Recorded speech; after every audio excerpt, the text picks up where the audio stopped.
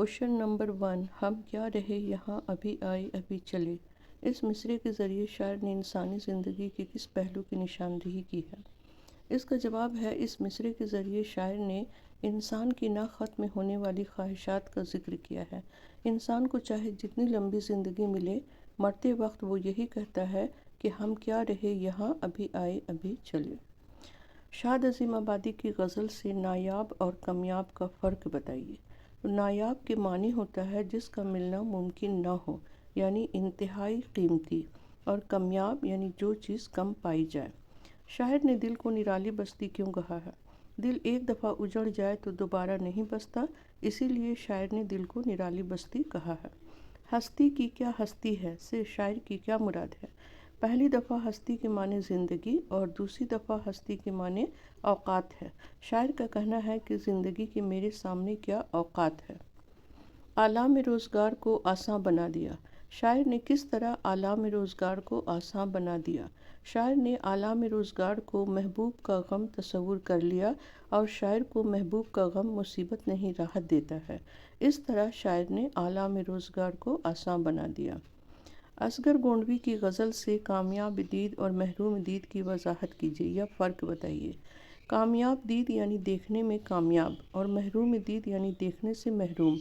शायर कुदरत के लाखों जलवों में से कुछ को देखने में कामयाब हुआ है, इसलिए वो कामयाब दीद है, और कुछ को ना देखने की वजह से महरूम दीद रहा है, इसकी वजह से वो महरूम दीद है।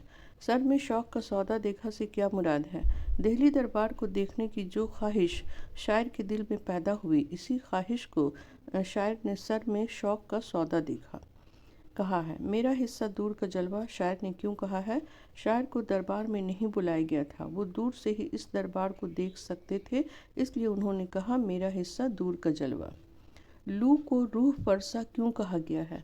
गर्मी के दिनों में जब लू चलती है तो ऐसा लगता है कि जिस्म के साथ साथ रूह को भी तकलीफ़ हो रही है, इसीलिए लू को रूह परसा कहा गया है। दिल में फ़रोतनी को जा देने से शायर की क्या मुराद है। फ़रोतनी के माने हैं आजिज़ी और इंकिसारी।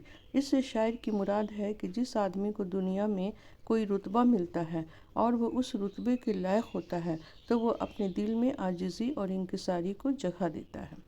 शायर खाली ज़र्फ़ की सदा से क्या समझाना चाहता है। खाली ज़र्फ़ यानी खाली बर्तन। खाली ज़र्फ़ की सदा से शायर ये समझाना चाहता है कि जिस तरह खाली ज़र्फ़ ज़्यादा आवाज़ करता है, उसी तरह बेवकूफ़ इंसान अपनी तारीफ़ खुद करता रहता है। हुस्ने अमल और रास्त गोई से क्या मुराद है। हुस्ने अमल से मुराद है नेक अमल और रास्त गोई से मुराद है हमेशा सच बोलना। अब गुलजार उर्दू से कुछ इम्पॉर्टेंट क्वेश्चन। मुसन्निफ़ ने गिल्ली डंडा को खेलों का राजा किस बुनियाद पर कहा है। गिल्ली डंडा एक आसान और सस्ता खेल है। इसमें न बैट बल्ले की ज़रूरत होती है, न गेंद की, और न बहुत से खिलाड़ियों की।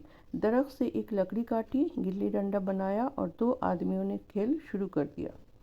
दूसरा क्वेश्चन है, पौधे एक ज़मीन से निकाल कर दूसरी ज़मीन में लगा देने से अपनी नोबियत और जिन्स नहीं बदलते, इस फ़िक्रे की वजाहत कीजिए। तो पौधे को एक ज़मीन से निकाल कर दूसरी ज़मीन में लगा देने से उसकी खुसूसियत नहीं बदलती।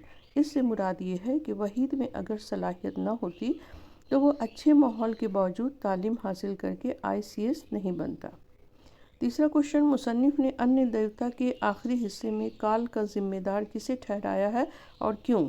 मुसन्निफ़ ने अन्य देवता के आखिरी हिस्से में काल का ज़िम्मेदार सरमायादारों को ठहराया है, क्योंकि वो मज़दूरों, किसानों और गरीबों का इस्तेहसाल करते हैं, यानी शोषण करते हैं और तरह तरह से उन्हें सताते हैं। Please like and subscribe my channel.